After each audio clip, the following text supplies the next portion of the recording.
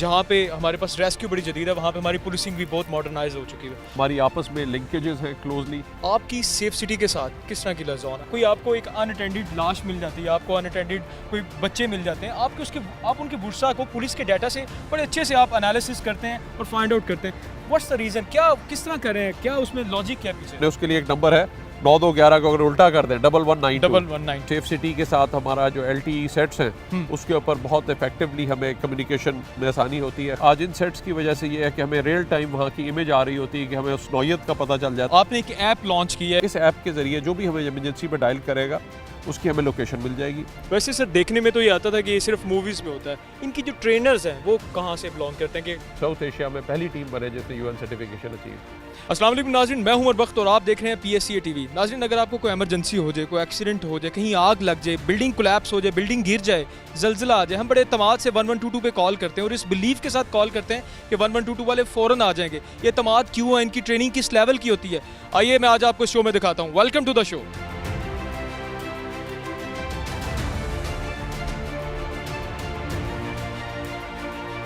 जी नाज़रीन, इस वक्त मेरे साथ the founder of rescue 1122 DG doctor Rizwan Naseer साहब मौजूद है। उनको वार्म वेलकम कहते हैं। सर बहुत शुक्रिया, वेरी वार्म वेलकम, आपने टाइम दिया। सबसे पहले हम आपके पास आए। सर 90 लाख के करीब emergency still now from its creation आप डील कर चुके हैं 1122 के साथ अक्रॉस द पंजाब। सर क्या मोटिवेशन है, क्यों लड़के आपके इतने ज़्यादा मोटिवेटेड है, कमिटेड है towards the work? I think जो मेन रीज़न है वो जहाँ पे आज आप आए हैं वो है हमारी ट्रेनिंग, और ट्रेनिंग के बगैर कोई भी सिस्टम कामयाब नहीं होता। फिर हमारा मॉनिटरिंग का निज़ाम है जिसके ज़रिए आपको वही स्टैंडर्ड मिलेगा जो लाहौर में है, वही राजनपुर भी मिलेगा और वही अटक में भी मिलेगा।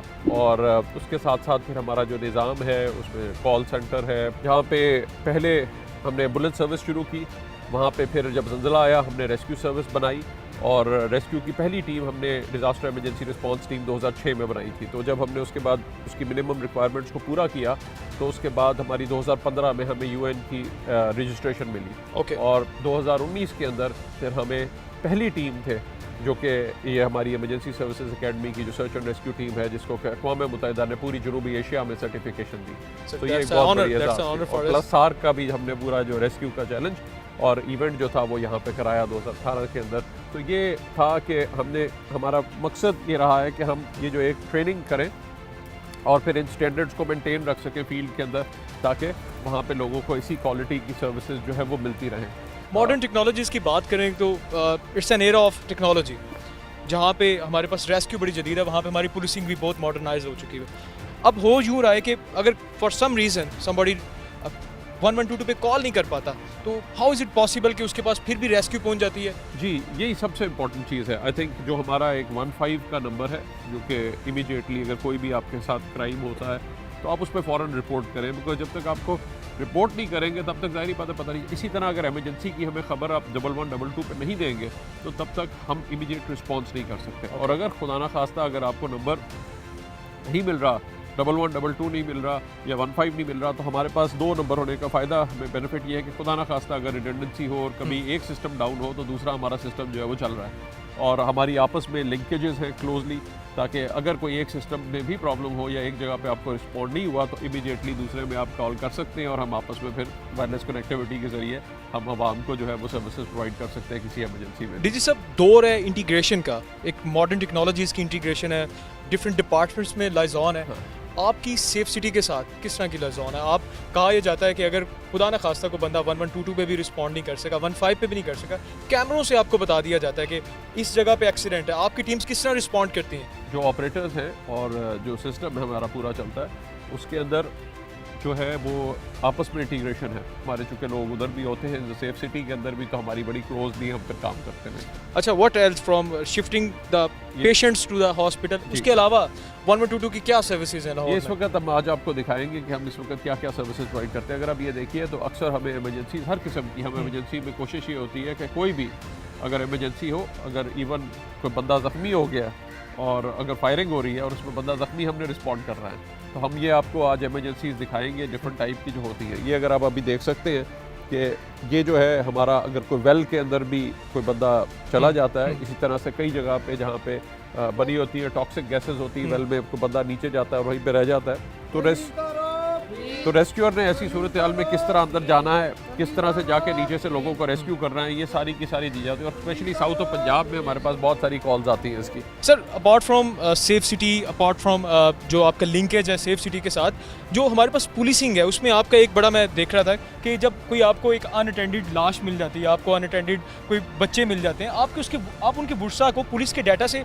बड़े अच्छे से आप एनालिसिस करते हैं और फाइंड आउट करते हैं। व्हाट्स द रीज़न, क्या किस तरह करें, क्या उसमें लॉजिक क्या पीछे? हमें कॉल्स आती थी, मसलन किसी का कोई बच्चा चला कि जी मैं इस्लामाबाद से लाहौर आ रहा था और अचानक उसका अब रब्ता नहीं है, अच्छा। उसको खुदा न खास्ता उसके साथ एक्सीडेंट हो गया, मोबाइल भी नहीं रिस्पॉन्ड कर रहा, तो वो हमें कॉल करते थे कि जी बता दें। इसी अच्छा। तरह कोई और किसी का बेचारे का फैमिली मेम्बर कोई यहाँ पे आया हुआ है बिजनेस के लिए या काम करने के लिए, और उसके बाद उनका कोई 2 दिन से जी रब्ता नहीं हो रहा, तो हम देखते थे कि किसी का एक्सीडेंट हो गया और उस सूरत हाल में वो बेचारा एक्सीडेंट के बाद अब उसका अनआइडेंटिफाइड था या लेबरर था जिसके सॉरी फिंगरप्रिंट्स नहीं है, तो हम फ़ौरन हमारी कोशिश होती है जो भी बंदा हमें अनअटेंडेड मिले तो उसकी हम इंफॉर्मेशन फ़ौरन अपने सिस्टम पे एटलीस्ट यहाँ पे पोटेंशियल मॉनिटरिंग सेल में आ जाए, और ताकि हमें कोई भी कॉल करे, हमने उसके लिए एक नंबर है 9211 को अगर उल्टा कर दें 1192 तो उसके ऊपर आप कॉल कर सकते हैं। हमें इन्फॉर्मेशन किसी भी अनआइडेंटिफाइड बंदे की उधर आई होती है फ़ौरन, ताकि हम आपको बता दें, वरना आप कहाँ जाएंगे।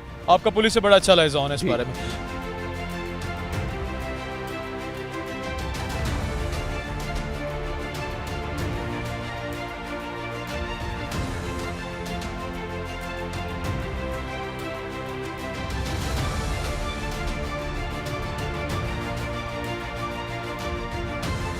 ये अभी सर आग लगी और विद इन 9 मिनट्स इन्होंने उसे कूल डाउन किया, उसके बाद इन्होंने कुछ वाइट कलर के इसके ऊपर, मेरे ख्याल से वो आप भी बेहतर एक्सप्लेन कर सकते हैं वो किया। इसको हम फोम कहते हैं, AFFF फोम होता है। ये खास तौर पे पेट्रोकेमिकल फायर्स जो है उसके ऊपर हम इस्तेमाल करते हैं, बाकायदा हमारी फायर सर्विसेज के पास ये मौजूद होता है। और जहाँ पे भी इस किस्म की फायर्स हैं जहाँ पे कि आपने नॉर्मल वाटर को इस्तेमाल नहीं करना, और पेट्रोकेमिकल फायर्स पे जहाँ पे कि आपने इस किस्म का, तो ये फोम इस्तेमाल किया जाता है ताकि उसके ऊपर एक लेयर बना दे, उसको हवा ना मिले और उसको हम एक्सटिंग्विश कर सकें। ये हमारा वो प्रोसीजर था जिसमें अगर आग लग जाए आप रिस्पॉन्ड तब करते हैं। आपकी बाइक्स हैं, रेस्क्यूअर हैं। हमारा बहुत बड़ा एक चैलेंज आता था कि हम लोगों ने अगर कुंजानाबाद इलाके में रश के एरियाज में रिस्पॉन्ड करना है तो वहाँ पे एम्बुलेंस के लिए मुश्किल होती थी। ठीक है। तो हमने उसके लिए खास तौर पे ये मोटर बाइक एम्बुलेंस सर्विस का इनिशिएटिव जो है वो शुरू किया।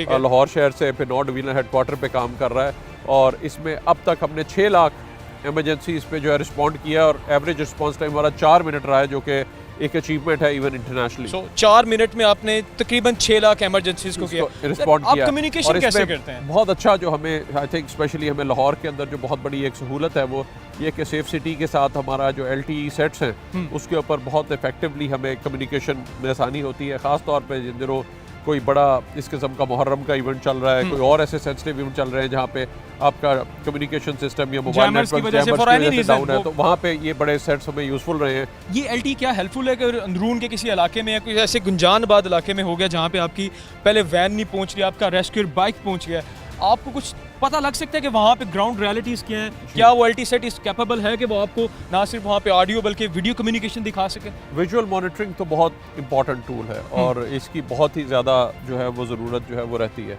और इस सूरत हाल में हमारे साथ ये होता है कि हमारे पास जो अपना था पहले सिस्टम वो वायरलेस सिस्टम था, लेकिन उसमें ये वाली फैसिलिटी नहीं थी। अच्छा। तो आज इन सेट्स की वजह से ये है कि हमें रियल टाइम वहाँ की इमेज आ रही होती है कि हमें उस नौयत का पता चल जाता है कि क्या है, क्या सीरियसनेस है, कितना बड़ा है इंसिडेंट, तो सारी चीज़ें हमें विजुअल मॉनिटरिंग जो है वो बहुत हेल्पफुल रहती है।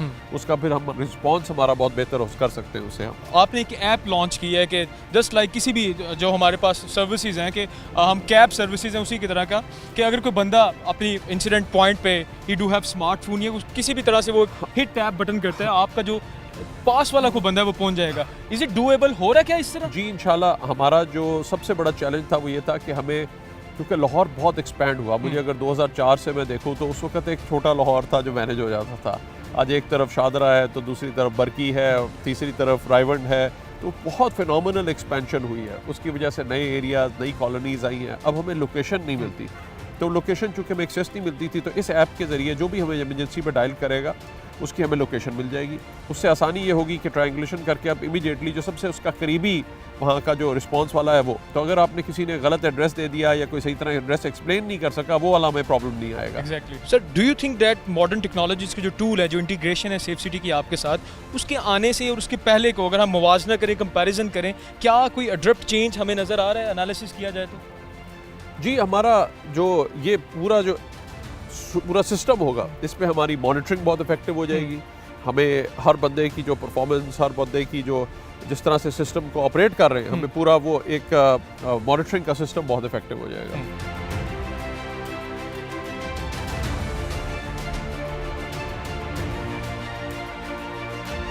ये हमारा ट्रेनिंग सेंटर है जहाँ पे बर्न हाउस इसको हम कहते हैं। इसको एक मॉडल बिल्डिंग बनाई गई जिसमें नीचे गोदाम है और ग्राउंड फ्लोर पे शॉप्स हैं और ऊपर की तरफ एक फ्लैट्स है। ये आप दाएं तरफ देख सकते हैं कि ये एंट्री कर रहे हैं। ओके। और ये अगर बिल्डिंग में उन्होंने एंट्री करनी है, किस तरह से उन्होंने करनी है, किस तरह, ये अब पहले वो चेक करेंगे। सामने आपने नहीं होना, बिकॉज अगर एकदम खोलते हैं, हवा अंदर जाती है तो एकदम फायर अगर आप पे आती है, फ्लैश ओवर बैकड्रॉप, तो आप उससे जल सकते हैं। तो किस तरह से एंट्री करनी है, किस तरह आपने चेक करना है, किस तरह से आपने, तो ये सारा आपने चेक करके किस तरह से एंट्री करनी है।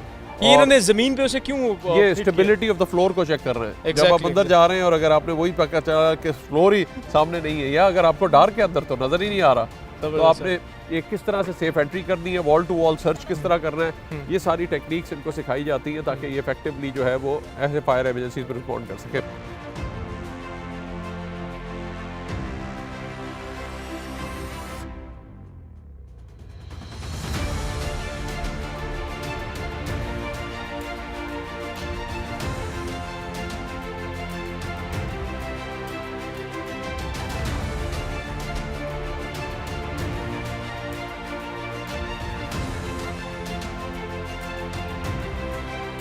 डॉक्टर साहब, ये जो इन्होंने काम किया है, बेशक ये पार्ट ऑफ द जॉब है, लेकिन जो ये काम इन्होंने किया है, ये कोई आम बंदा नहीं कर सकता। जी बिल्कुल सही कह रहे हैं। क्या ये इतना मुश्किल काम इन्हीं के जिम्मे क्यों लगा हुआ है?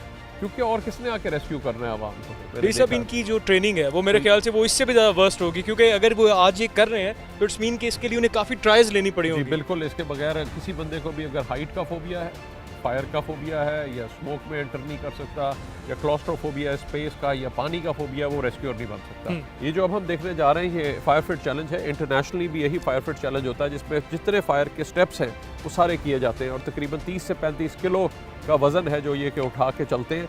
और उसके बाद ये पूरा यहाँ से उठा के ये होज़ लेके जाना होता है इन्होंने चौथी मंजिल पे, फिर उसको बाकायदा वहाँ पे होज़ को वापस पुल करना है, फिर वापस आना है नीचे जाके। इन्होंने एक जिस तरह फोर्सेबल एंट्री, अगर कोई बंदा अंदर ट्रैप्ड है उसको रेस्क्यू करने के लिए आपको करनी पड़ती है, उसमें जहाँ पे आग लगी हुई है तो उसमें वो करके फिर किसी को रेस्क्यू करते हुए ड्रैग करके लाएंगे। जी साहब, ये क्या है? ये तो नौजवान नहाने लगे। जी, स्विमिंग सबके लिए जानना ज़रूरी है रेस्क्यूअर्स के लिए। ये तो नहीं हो सकता कि बंदा डूब रहा और वो कहे मैं रेस्क्यूअर हूँ लेकिन आपको बचा नहीं सकता।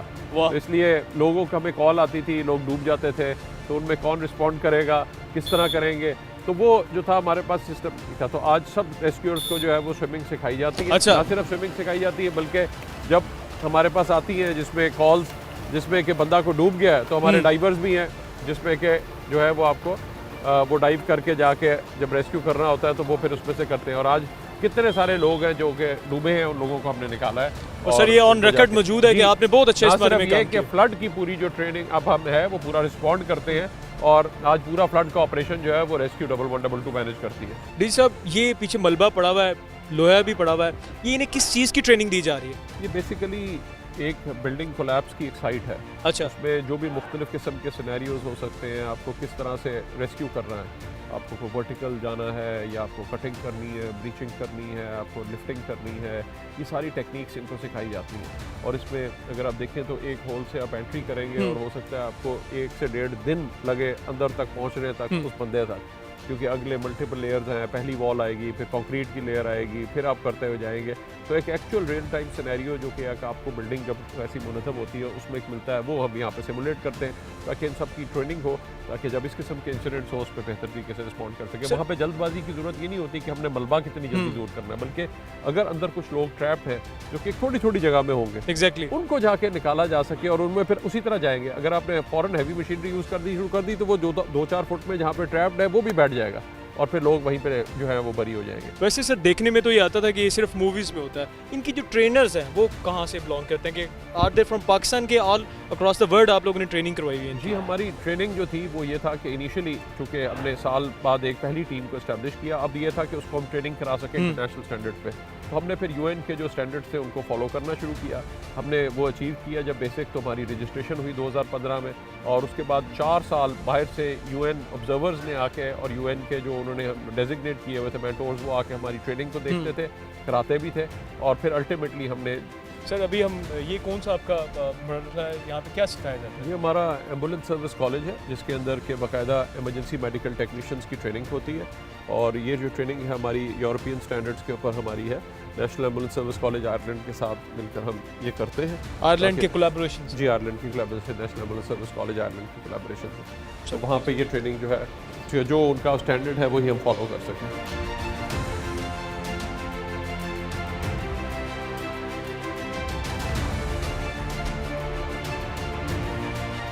डी सब रेस्क्यू सर्विसेज और ऐसी रेस्क्यू सर्विसेज जिसमें आपकी अपनी लाइफ स्टेक पे हो, it's never been easy job, क्या शहादतें होती हैं आपकी? जी बिल्कुल, हमारे जहाँ पे लोग ज़ख्मी भी होते हैं वहाँ पे अनफॉर्चुनेटली हमारे को 22 जो हैं वो रेस्क्यूअर्स हैं जो कि in the line of duty उनकी शहादत हुई है, और लोगों की ज़िंदगियाँ बचाते हुए उन्होंने अपनी ज़िंदगियाँ जो हैं वो बिल्कुल हुई। और ये एक रिस्की जॉब है, और ऑब्वियसली सारी दुनिया में अगर फायर रेस्क्यूअर्स को जो है वो सारी एक इज़्ज़त की निगाह से लोग देखते हैं, वो वजह यही है कि वो अपनी ज़िंदगियाँ ख़तरे में डाल के लोगों की ज़िंदगियाँ बचाते हैं। 90 लाख आप लोगों ने एमरजेंसी केसेस को एड्रेस किया, 90 लाख में फेक कॉल्स कितने थे? करोड़ों कॉल्स हैं जी, आप डेली की अंदाज़ा कर सकते हैं कि हमें कुछ 60,000 कॉल्स रिसीव होती हैं, जिसमें से अगर एक्चुअल कॉल्स देखी जाए वो तो 3,000 एमरजेंसीज़ हैं, तो उसके ऊपर एक बार एक एमरजेंसी में 2 या 3 बार कॉल कर लेंगे तो 6,000 7,000 हो जाएंगी कॉल्स, तो बाकी इररिलेवेंट कॉल्स हैं। उसका जो सबसे बड़ा नुकसान है वो ये है कि अगर इमरजेंसी लाइन बिजी मिलेगी किसी को तो सर्विसेज अवेलेबल हैं, लेकिन लोगों को नहीं मिलेंगी, तो दैट्स वेरी अनफॉर्चुनेट। डॉक्टर साहब thank you so much sir. इसी मैसेज के साथ प्रोग्राम को एंड करते हैं कि बर वक्त कॉल सिर्फ तभी करें जब आपको एक जानवन आपकी कोई ना कोई आपकी एक एमरजेंसी है, ज़रूर कॉल करें 1122 पे, लेकिन खुदा ना खास्ता आपकी एक फ़ेक कॉल किसी की जान ले जा सकती है। मुझे उमर बख्त को इजाज़त दीजिए, अल्लाह निगहबान।